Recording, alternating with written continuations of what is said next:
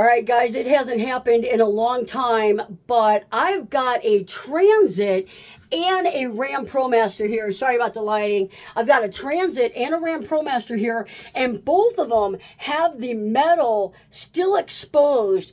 And so I want to show you guys the things about the Transit, the things about the Promaster that are different from one another, the things that I like, the things that I don't like. We're going to start up front and we're going to work our way back. All right, so starting with the Transit, you have got, some of them have this shelf and some of them don't. And then there is a bracket that you can connect here and put a shelf over here. And the Ram already has that shelf already existing. I'm going to back that up just a little bit. And then right here on the Transit, this slopes. It's hard to see it, but that slopes forward. And what happens is it makes it a lot harder to put the ceiling up. And because of that slope right there, you can get more solar on the Promaster than you can the Transit. And on top the Transit, you've got the little rubber seals, and on top the Promaster, you've got the T-mounts. So that right there makes a difference, and on top that roof. Now also on the Transit here, I'm gonna put these curtains down real quick. On this Transit here, this area right here, right above the sliding door, we put 2 windows in for these guys. Right above these windows, this area right here is very hard to penetrate. I use marine adhesive. This side is the same way. You can see they've got massive bolts in theirs.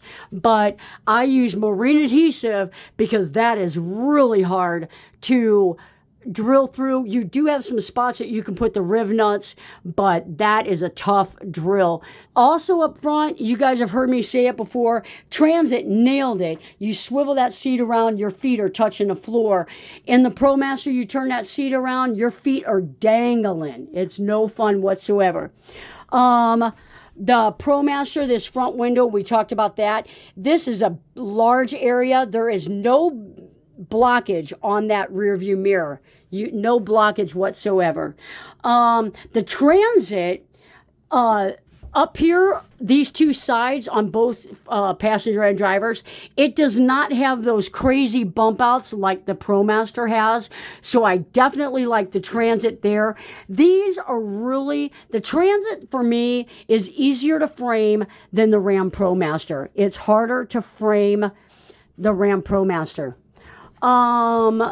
Coming back to the back, the wires on the Transit, pain in the butt. I don't know why these can't be in that humongous space. I hate those wires. There is nothing that you can do about that. I take that plastic off, I tighten that wire with zip ties, and I frame around them. Let's see what else in the Transit. You do have a rib closer to the back on the Transit. That is only probably about 10 inches, and that's much better. On the Promaster, you have got probably about 30 inches or more. So huge difference there. Transit also has this funky step right here, and that's why you can touch your feet on the ground, but that step when you're framing, it's nice if you've got that extra space there. Now, you'll see a lot of people just make a little cubby underneath there, but I like the Ram. It goes all the way to the door. So, but if you come inside and you've got wet shoes, leave your wet shoes there and it doesn't get all over your van. So, obviously the Ram is wider. But, all right, I'm going to walk over to the Ram and I'm going to let these guys get on the road. Let's go check out that Promaster. Today's video is sponsored by Gooloo. Gooloo sent me out one of their tire inflators. You can see the nice size of that. This is the GT150 tire inflator, and I was excited to receive this. Kelly and I were getting ready to take a trip, and I wanted to check the tire pressure on all my tires. So, super easy to, you attach the cord for the tire inflator, and my van has 65 psi for the front, 80 for the back, and this has a really bright, easy to read display on it for airing up the tires. You can set it, whether you're airing up your car, van, basketball, bike, motorcycle, you set it to what you're airing up. You set the PSI that you want, and this thing automatically shuts off once you reach that maximum PSI. So if you guys are traveling and you go off-road on the beach, you want to be able to take some of that air pressure out of the van or car down, drive onto the beach or the back roads, and then when you get out of that area, you want to be able to reinflate. And this thing will reinflate up to 4 tires, many motorcycles and UTVs, basketballs, but your car, 4 car tires, and that's from real low, not just taking off about 10 or 15 pounds of pressure. So easy to read display. It's got a built-in flashlight, so if you're airing up your tires on the side of the road at night, you've got a built-in light. If you don't need it for an air inflator, but you need a backup battery charge for your phone, it also has a port where you can plug in a USB or the C9 adapter for a quick charge. It comes with the adapters that you need to air up your basketball and or air raft, kayak, and then it also comes with the charging cord that you need, and very small, lightweight, easy to store away. I don't know about you guys, but my air compressor is huge, and that's a game changer for a space saver. So cool design. Shout out to Gooloo for sponsoring today's video. Let's get back to the video. All right, guys, let's take a look at the Ram Promaster now. This is the 3500 extended that we're building out for Nancy. And you can see up top that pre-installed shelf that comes standard in the Ram Promaster. That thing is heavy duty. You can, like the amount of weight that you can put in there compared to the weight that you can put in a Transit with adding one of those kits to it, it is a huge difference. And you can see she also has the shelf above while you're driving.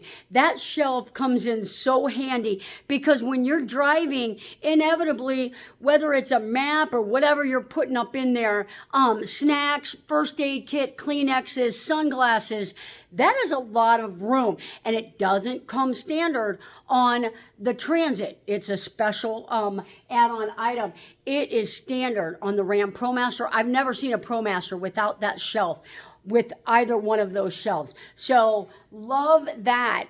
Up front also, they have got an upgraded display. I really like that. Gracie's was the first one I had it. Les and Bernadette's had it. This one has it. It's like a 10-inch screen. It is awesome. Then the windows, you can see, I don't know why they did it like that, but when you roll that window down, it doesn't go all the way down. The other window is kind of in your way. I hate that feature on the Ram Promaster. The swivel seats, like I said, when you turn them around, your feet dangle. I hate that. Out of all my pros and cons, and I know it sounds silly, but when you build out a van to live in it, the Transit, when you swivel that seat around, it is so stinking comfortable.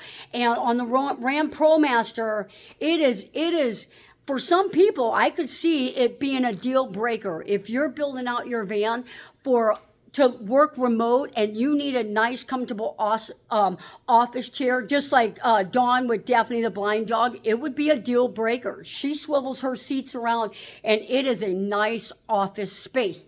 So I hate that feature. Now the bump outs, you can see them on both, pointing like a crazy woman, on both sides. Let's see here, on that side as well. Those bump outs on the Ram Promaster, you've got to box them in. They've got to be in a cabinet. It is probably the worst part of the framing. And then all these little, like here, these you've got to frame around them. use a 3/4 inch piece and a 1/2 inch piece equaling 1 1/4. If you get 2x6 material, it's coming out 1/4 inch farther than what it needs to on both sides. Why bring it out that far if you don't need it? Because when you bring the walls up to match that slanted area, you want it to be a smooth transition. So I use 2x6s on quite a few of my vans. Now that I know the exact measurement, 3/4 inch and a 1/2 inch piece, and put them up there, you're good to go. Moving back to the back, like I said, this back area back here on the Transit, they've got a rib real far to the back. That's really good if you're going to put an air conditioner towards the back of your build. This is a pretty big stretch. I'll measure it. And so that big of a stretch without a support for that air conditioning unit, it just works out better for the Transit. So the bump outs here that I made for her, these bed bump outs, that is a 75-inch bed. It is almost impossible without doing bump outs to get a 75-inch bed. And the Ram Promaster makes it super easy. This is 76 inches. So I talked to her today and she's going to order a normal mattress, normal sheets, nothing has to be cut. If you've ever ordered a special mattress, be prepared to spend almost $1,000. So depending on where you order it from and what size, they are costly, up in the upper $600, $700, $800. So the floor, like I said, not having to deal with that step on that slider door, that is nice, not having to deal with that.